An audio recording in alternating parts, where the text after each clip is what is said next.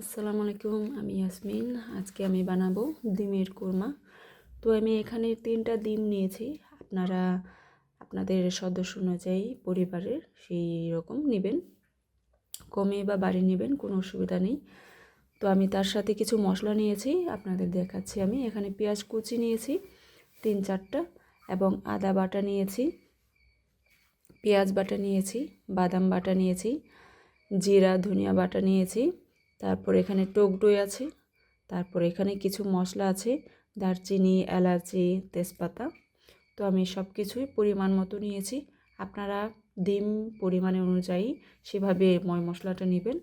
তো তার সাথে থাকবে আমাদের এখানে এই দুধের পাউডারটা।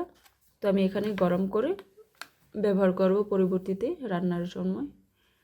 তো কথা না বাড়িয়ে রান্নায় চলে যাই। কড়াই বসিয়ে দিয়েছি চুলাতে। তো এখন আমার তেলটা গরম হয়ে গেছে। আমি এখন ডিমটা হালকা করে ভেজে নেব।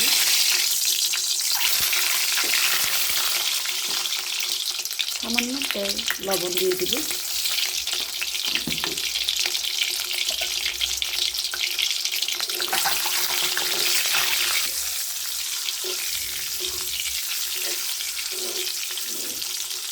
আমার ডিম ভাজাটা হয়ে গেছে, বেশি ভাজবো না, তাহলে উপরে স্কিন যে আছে ওইটা রাবারের মতো হয়ে যাবে। তো আমি এখন ডিমটা উঠিয়ে নিব।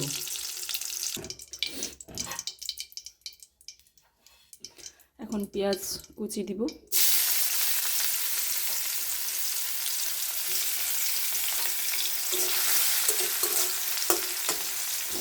তার সাথে থাকবে হচ্ছে দারচিনি, এলাচি, তেজপাতা একসাথে দিয়ে দেবো। তো আমি এই পেঁয়াজটাকে হালকা ভেজে নিব, ব্রাউন করব না, যেহেতু আমরা ডিমের কোরমা বানাচ্ছি। তো এখানে কোনো কালারিং হবে না। তো এখন আমার পেঁয়াজটা হালকা ভাজা হয়ে গেছে। এখন আমি আদা রসুন বাটাটা দিয়ে দিব।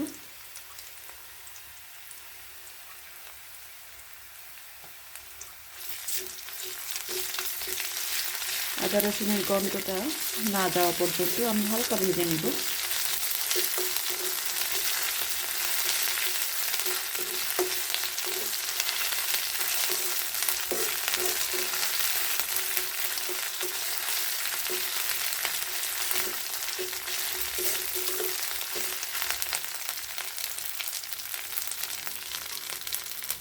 এখন পেঁয়াজ বাটা দিয়ে দেব। পেঁয়াজের বাটাটা গন্ধ না যাওয়া পর্যন্ত এটাও আমি হালকা ভেজে নেব।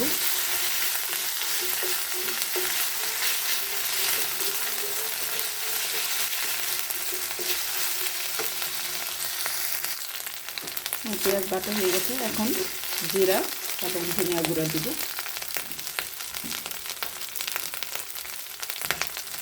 জিরা ধনিয়া গুঁড়া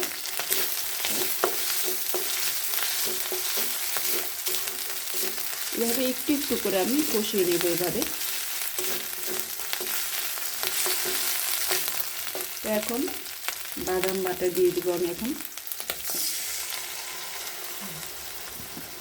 আপনারা এইভাবে একটু একটু পরপর এভাবে ভালোভাবে একটু নেড়ে দিবেন এবং ভালোভাবে কষিয়ে নেবেন।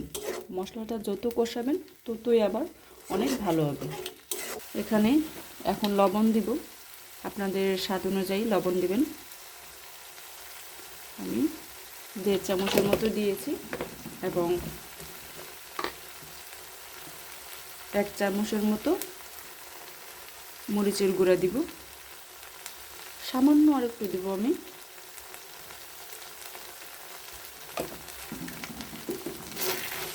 এখানে হলুদ ব্যবহার করব না, আপনারা হলুদ ব্যবহার করবেন না, যেহেতু আমরা ডিমের কোরমা বানাচ্ছি। তো এইভাবে আর একটু পরে এটাকে আমি ভালোভাবে মিক্সড করে নেব।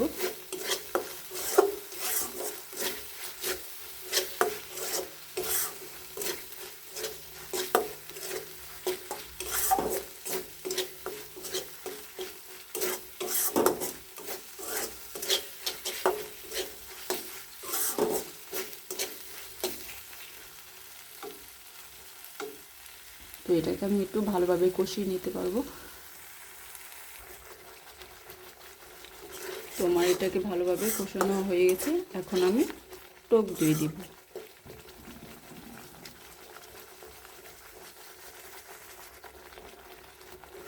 টক দই দেওয়া হয়ে গেছে, এখন আমি এটাকে মিক্সড করে নেব।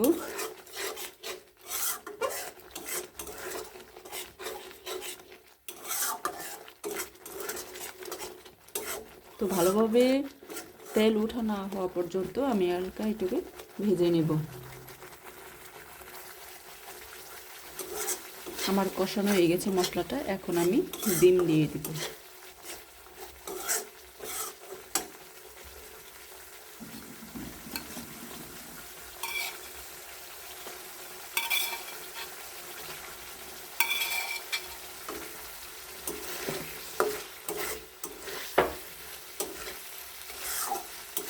এভাবে একটু আমি ভালোভাবে নেড়ে দেব।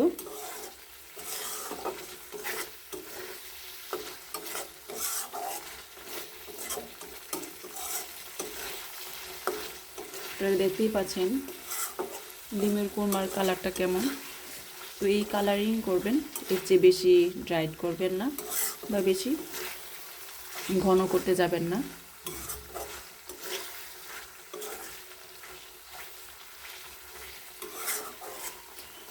আমি এখানে যেহেতু তেল ব্যবহার করেছি, আপনারা এখানে ঘিও ব্যবহার করতে পারেন, কোনো অসুবিধা নেই।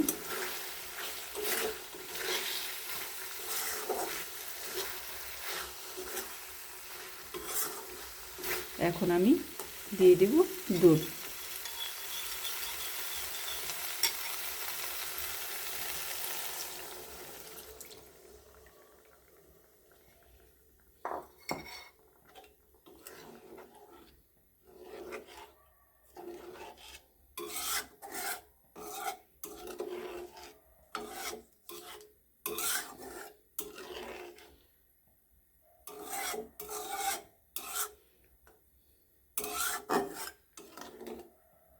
দুধটা দিয়েছি, এখন ভালোভাবে একটু নেড়ে দেবেন যাতে মশলাটা ঢুকে যায় ডিমের ভিতর। তো এখন আমি এটাকে হালকা ঢেকে দিব কিছুক্ষণের জন্য।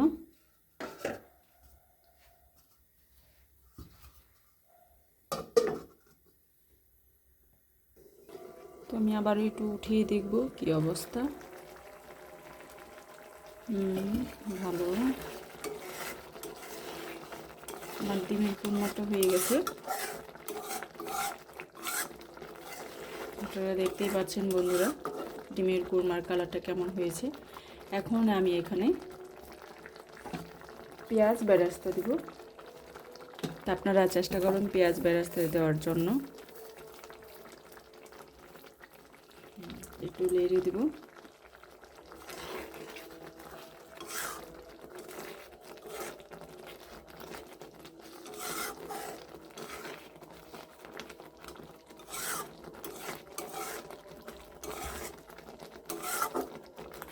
আর 1 মিনিট রেখে আমি এটাকে নামিয়ে নেব।